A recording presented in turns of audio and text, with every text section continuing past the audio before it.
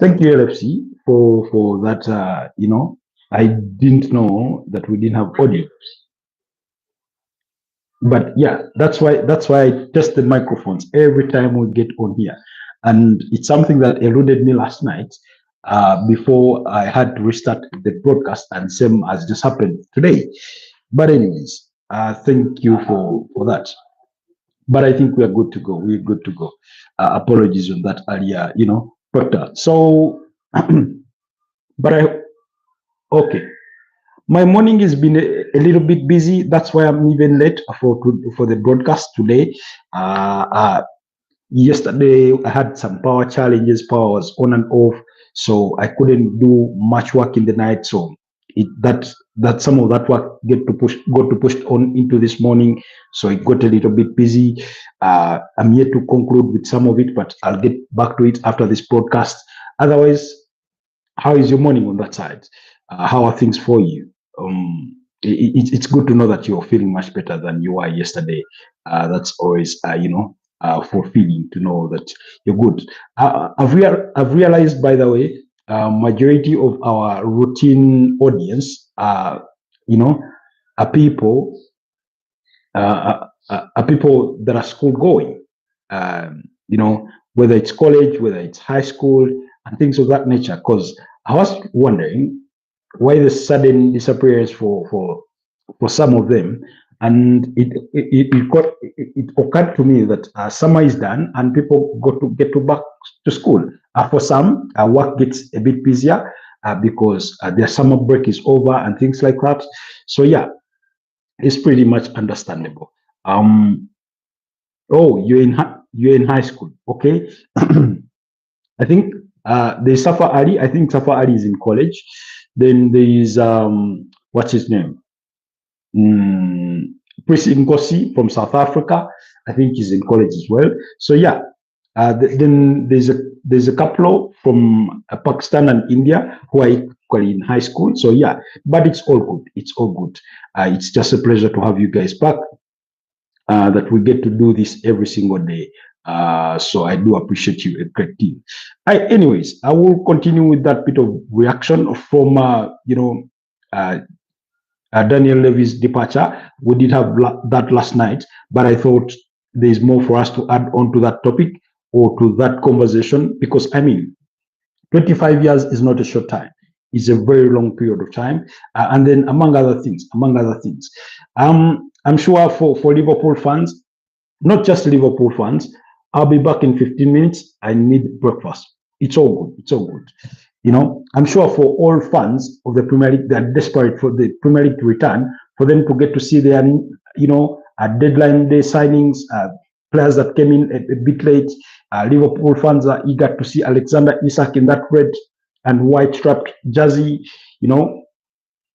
Chelsea fans, maybe do Chelsea fans have anything to look forward to? I'm not sure. Facundo Benanote is that kind of player that would get you on the edge of your seat, that you're really, really desperately looking or waiting to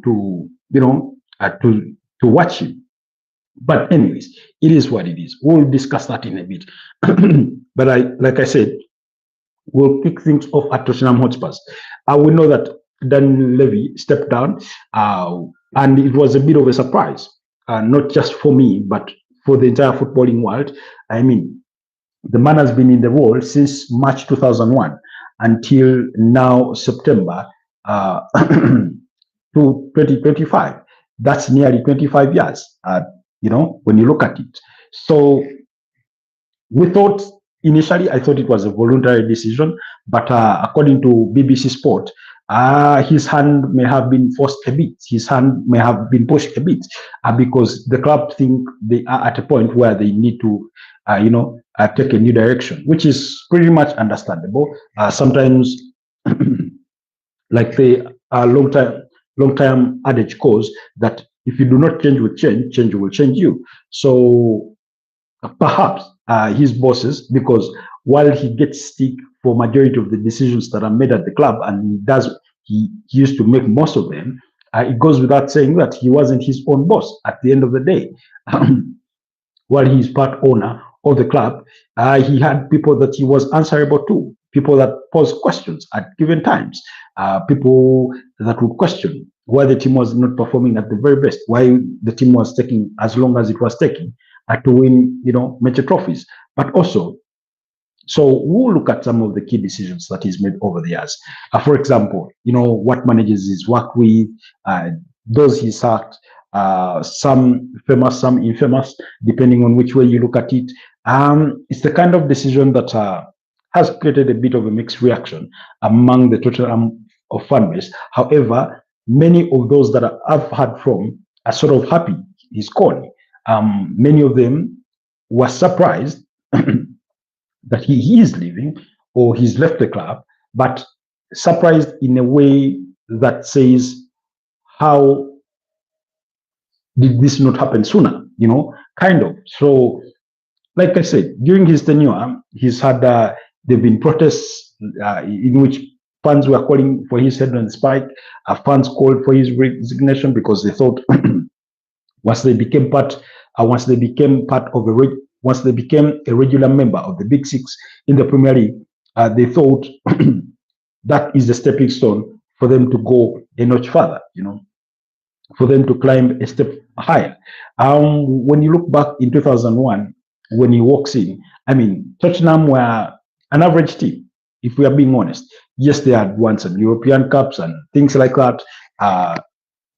That notwithstanding, he's transformed them into this global brand that we see today. I mean, when Tottenham Hotspurs go to, Asia, especially during the time between 2015 and this summer, when they had a player like Son Heung-min, I mean, they become a popular brand there. And it's not to say that they are going to become less of that.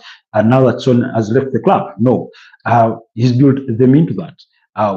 Wherever they go, they now have that global brand recognition. They may not attract the largest of numbers in every place they go in, but they will attract numbers. They will be recognizable as a brand, and yet the same cannot be said for all Premier League clubs. That we know for a fact. So one ought to commend him for some of the things that he has done over the last nearly 25 years. So while his hand may have been forced to leave the club, we can't wait to see what comes, because again, careful what you wish for, because for Tottenham Hotspurs, they suddenly think that he was the one behind the club's controlled spending. And while that may be true, I do not think entirely it rested on his shoulders. Like I said, he wasn't an island. He's a man who sat down with people that planned for the club. And while he may have gotten the final say on many decisions, a lot of them were mutually agreed upon within the club ranks. That's how organizations operate. You have a top official who sometimes is a CEO, sometimes it's the founder of the company or the brand who will have the final say on things. Look at it this way. Somebody invites you for a meeting and you have a discussion about something, and you all give your opinions, your views, and then they make the final decision. Look at it that way. Now, in some cases, he would go with some of your opinions or suggestions, and you try them out. If they work, well and good. If they don't work, so be it. But he was that kind of man that if discussions were had inside the boardroom, he was one bound to have the final say. And that is how it was for the better part of the 2 decades that he was at the realm of Tottenham Hotspurs. Now, for majority of, not majority, but for many of Tottenham fans, they have this feeling that now that Daniel Levy is leaving the club or has left the club, they are suddenly going to become this new Manchester City with that kind of spending power, or they're going to become the Liverpool of this summer, where you go into a transfer window and spend nearly 400 million pounds, but usually I say it is misleading for somebody to say, oh, Liverpool spend 400 million pounds plus, without adding that they also brought in money in the excess of 200 million pounds. Because when you then go to the balance sheet, you'll find that their net spend is about 200 million pounds, plus. So that notwithstanding, when you look at Tottenham Hotspurs, like I said last night, they are arguably one of the best run sporting entities is in the world. In fact, recent reports did indicate that Tottenham Hotspurs are the most profitable sporting brand, not football club, one of the most profitable sporting brands in the world. They come fourth in profitability. So again, that's all the work of Daniel Levy and his compatriots, the decision makers of the top brass and everybody that works around to achieve those things. And like I said last night, they left White Hart Lane, got a new stadium, a state-of-the-art stadium, very, very beautiful. It's become a go-to venue for many concerts and events. That brings in lots of revenue. Their commercial deals have increased. Again, it was during his reign that we got to see Tottenham constantly finish within the top four for different seasons. It was during his reign that Tottenham finished second in a Premier League campaign. I think you have to go back to that season of possibly what's the season? Possibly was it 28? No, not 2018. Oh, it's eluding me. Let me see if I can find it. Let me see if I can find it. Let me see if I can find it. Oh, okay. So you look at, yes, I think it was 2017, 2018, around that period of time. I'm thinking to myself,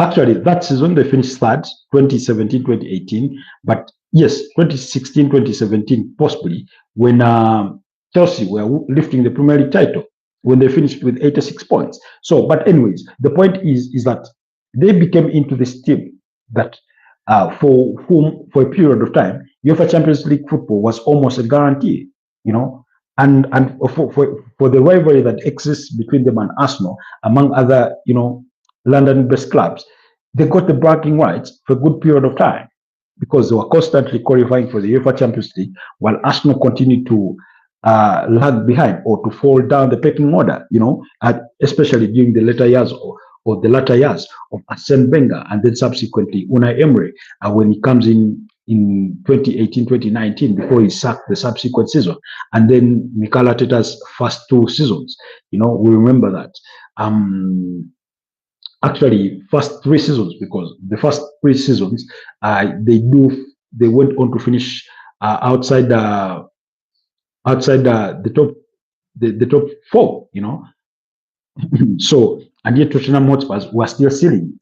So he built them into that. Now, what he's achieved, like I said, built a new stadium, got them out of White Hart Lane. The stadium is beautiful, one of the biggest there is, if not possibly the third biggest stadium in the UK, or fourth, or thereabout. Well within the top five, because you have Old Trafford, you have Wembley, you have that West Ham Stadium, the Olympic Stadium. So, I mean, or the London Stadium as it's often referred to. So you look at that, and that's all achievement. Today Tottenham are a powerhouse, and when it comes to these issues of profit and sustainability rules, UEFA financial fair play rules, they are well within the clear. Why? Because they've been a well-run entity, business-wise. When it comes to Tottenham being run as a business, for which clubs they are businesses that are owned by individuals who want to make money at the end of the day, as much as they would love the success that comes in the realm of, those businesses, like winning trophies.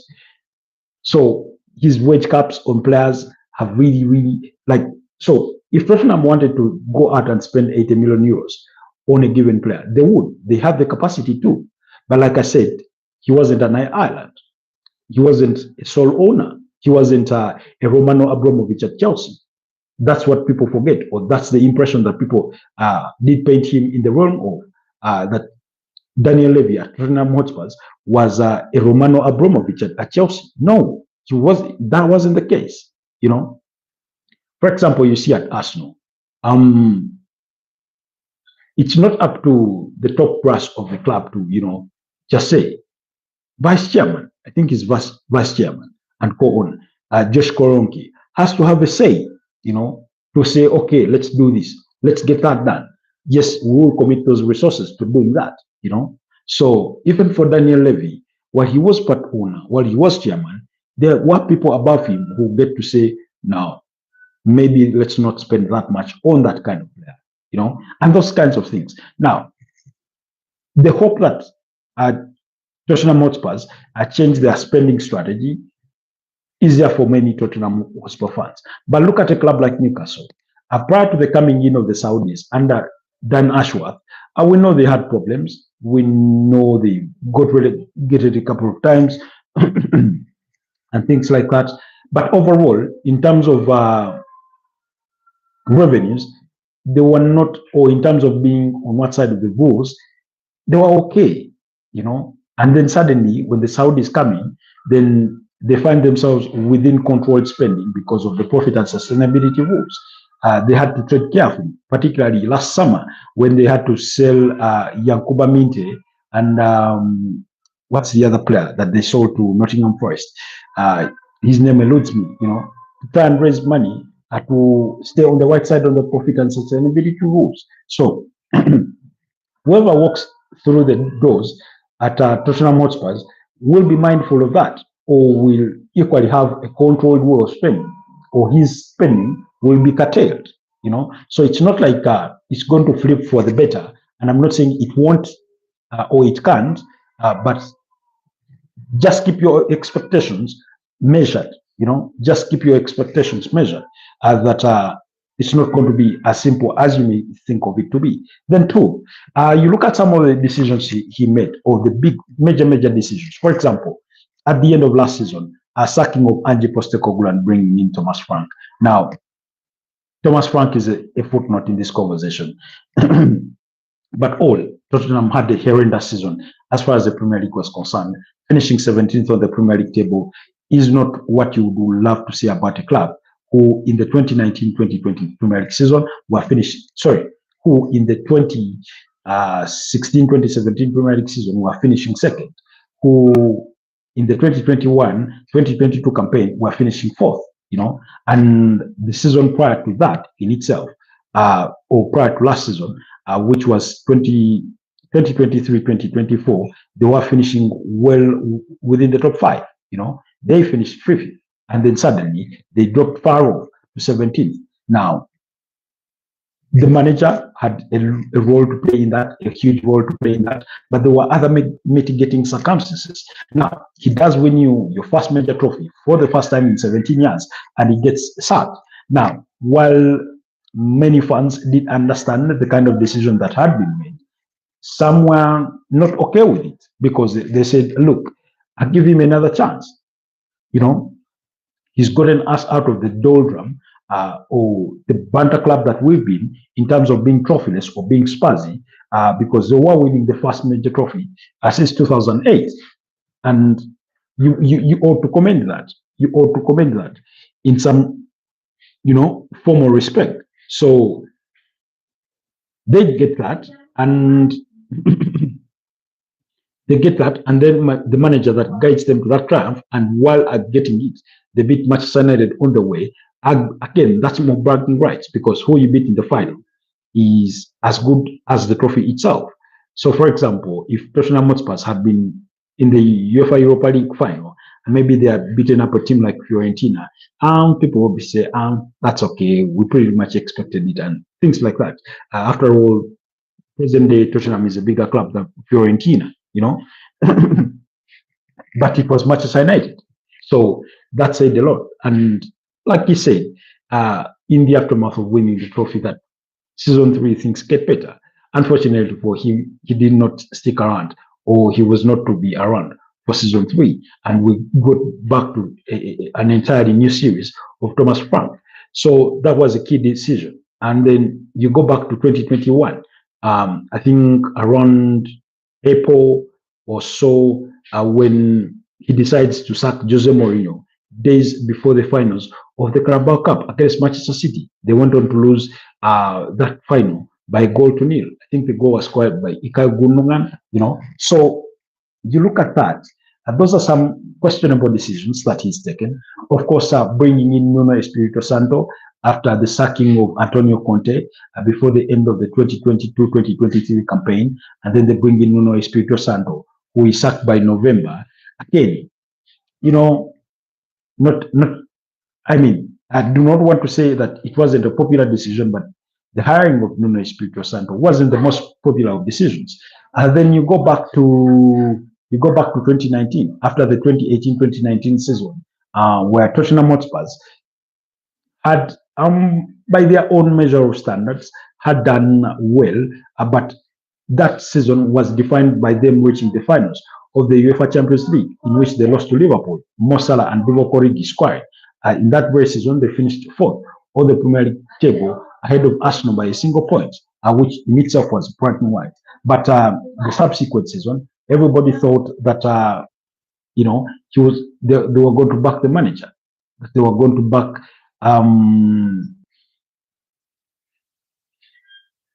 everybody thought they were going to back Mauricio Pochettino with new player reinforcements. That did not come to life.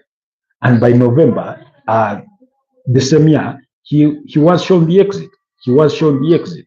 By November the same year, he was fired at the club. And it's a club he had served so diligently, and he's spoken many times that one day he would love to retire at Tottenham Hotspurs, So he's sort of, Daniel Levy pretended that sort of a period. But for me, the way I would sum it up was the biggest compliment I can pay him is that he did transition Tottenham Hotspurs from a mediocre team to a top 6 team. And being in top 6 regularly out of the top 20 is no easy task. Look at, you've seen clubs move in and out of that top 6 well. Aston Villa have not solidified. They are still within the top 6. Newcastle have broken through it, but they are not yet, a traditional member. They're not yet a solid member or a regular member within the top 6. That's why we do not mention them. Everton had some years gone by. They did break through it. And you remember Burnley, when I think they qualified for the UEFA Europa League at some point under the charges of Sean Dyche. So you have these kinds of clubs that once in a while will break through. You've seen what happened with Leicester City, we're talking in 2016, they were lifting the Premier League title. They were qualifying for the UEFA Champions League. 2021, they returned. I think they won the FA Cup under the charges of Brendan Rodgers, and they were competing. But that sustenance, that sustainability of that kind of caliber of performance, or to be within that, it's because of Tottenham's regular, coming in within those positions, combined with Manchester City, that we moved from the traditional top 4 to the top 6, or to the big 6. To the top 6. Remember, it was Man United, Arsenal, Chelsea, Liverpool. Top 4, traditional top 4. And then Man City, Tottenham Hotspur started breaking through those ceilings, and then it transformed to the big 6 or to the top 6. So all that did happen under the realm of Daniel Levy, and that's why for me, I have a lot of admiration and appreciation for him. When it comes to the criticism on his spending, or especially when it comes to budgets and buying players, putting players on significant wages to be able to attract the biggest of players out there. What I can say is this. A lot of things happen behind closed doors. I'll give you an example. Go back to the time of Arsene Wenger at Arsenal. He would have loved to stay as competitive as possible, going toe to toe with Manchester United, with Sir Alex Ferguson, season in, season out, with Chelsea, but he could not, because the club had made the decision to build a new home, and that was the Emirates Stadium, and which they enter in the 2006, I think 2006-2007 campaign.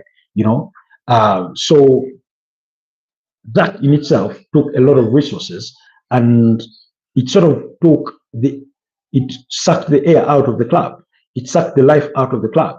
And, Arsene Wenger tells that story of how they lost their soul when they left Highbury, But all that was predominantly about the controlled spending that Arsenal had to live within.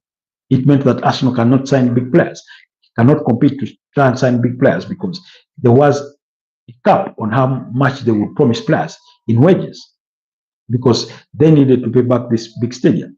Same happened for Tottenham Hotspurs. They figured they needed to get out of White Hart Lane and build a new stadium. They did that. They achieved that and remained competitive. Yes, they did. They have had their stumbles here and there, last season being one of them. But, it is the nature of growth. It is the nature.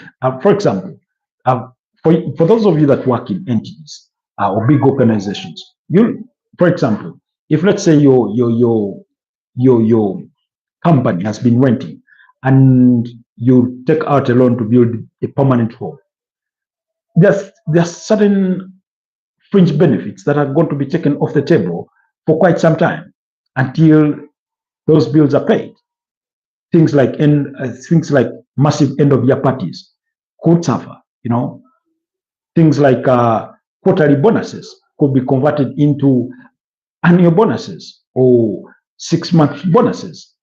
Because then the spending becomes controlled to achieve certain goals. So that's how I look at it with Daniel Levy and Tottenham Hotspurs. Of course, in part of the statement released by in part of the statement that was released by the club, he said, "I'm incredibly proud of the work I have done together with the executive team." Now, that's a key word. Together with the executive team and all our employees. Now, the key word being executive team is that not every decision rested upon his shoulders the way he has been painted amongst the fan base. So that's what he said in part of the statement. "We have built this club into a global heavyweight, competing at the highest level. More than that, we have built a community. I was lucky enough to work with some of the greatest people in the sport, from the team at Lady White House and Hotspur Way to all the players and managers over the years. I wish to thank all the fans that have supported me over the years. It hasn't always been an easy journey, but significant progress has been made. I will continue to support this club passionately." When he says it hasn't always been easy over the years, what is he speaking about? The protests from fans who thought he should be leaving, That's part of the job, You have your highs and lows. And he does respect that. Our game is about glory. Levy's game is about greed. Those were some of the comments that did come out, from some people. But for me, if I were a Tottenham Hotspur fan, for which I'm not, and I don't think I will ever be, but I'd accord him his flowers. I think he's done that incredible job. Sometimes the lack of silverware papers over progress or things that have been successes that cannot be washed away. So take an example. For example, if your aim is to build, let's say, a twin tower, and you build 3/3 of it, I mean, we cannot discredit you just because you did not see it to completion, because it all begins with the foundation. And I think Daniel Levy has done tremendously well to set that solid foundation for Tottenham Hotspurs going forward. And whoever comes after him, who may want to, be a big spender and sort of transform Tottenham into this, third wheel in the top 6 conversation, or whichever way you want to look at it, will be building on the successes of Daniel Levy. Because if you walk into the club at the time of Daniel Levy, when he walked in back in March 2001, you won't be having the same resources that you'll be having now. So that's for me how I do some. It's been a tumultuous journey.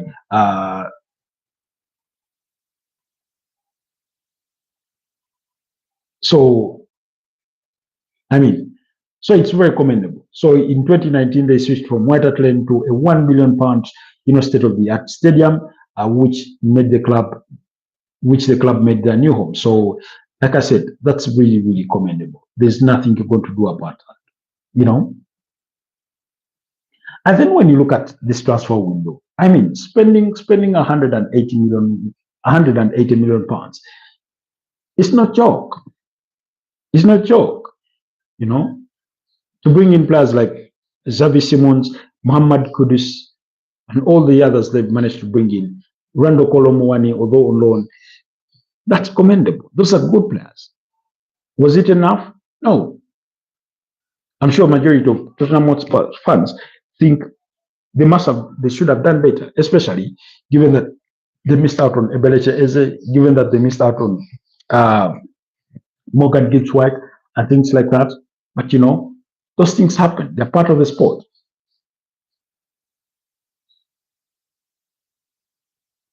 So, like I said, the club is going to stay under the stewardship of the new chief executive officer who was appointed not too far back. That's the former CEO at Arsenal, Vinay Vegetation.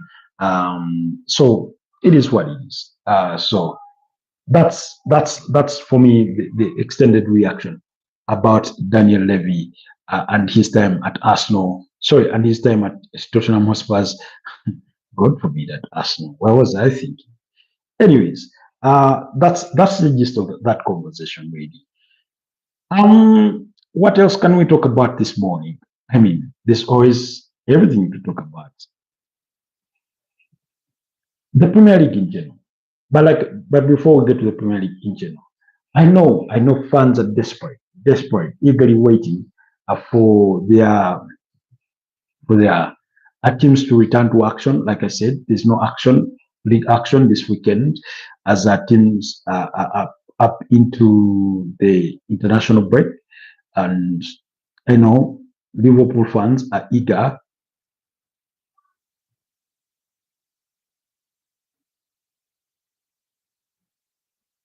Um, uh, they're going to have to they're going to have to be a little bit patient.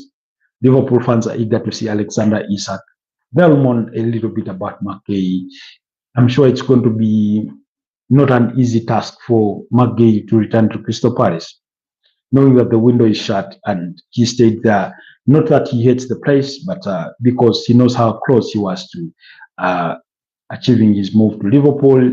For Arsenal fans, Piero Hincap is one of those players they will be looking forward to, although I do not think he will be ready to, hit the ground running. So they will still be more eager to watch uh, Ebeleche Eze in that red kit at home.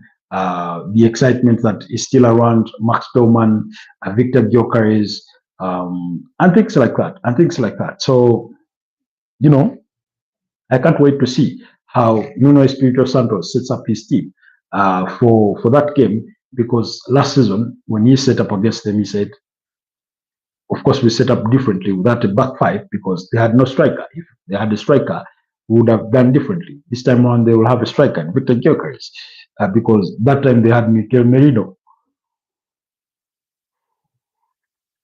Speaking of players, Omar Hudson, I think, was equally omitted out of the UEFA Europa League squad for Nottingham Forest. And I was thinking to myself, really? That's a player that has been expensively bought. But again, it speaks further to the divisions that there exist between. Apologies on the internet glitch, but like I said, let me hope they can be able to paper over those cracks and move on and have and go on to have a very, very wonderful season as you hope for it to be.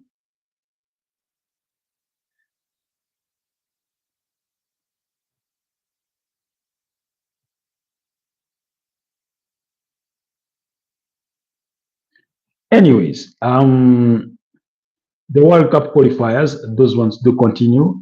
Uh, Plenty to come, plenty of action to come. I do hope you go ahead to enjoy it. Anyways, it's a wrap for me this beautiful morning. Let's engage later, perhaps in the middle of the day or later in the evening. It's been a pleasure being this with you. I wish you a wonderful rest of the day, and bye bye for now. Stay blessed.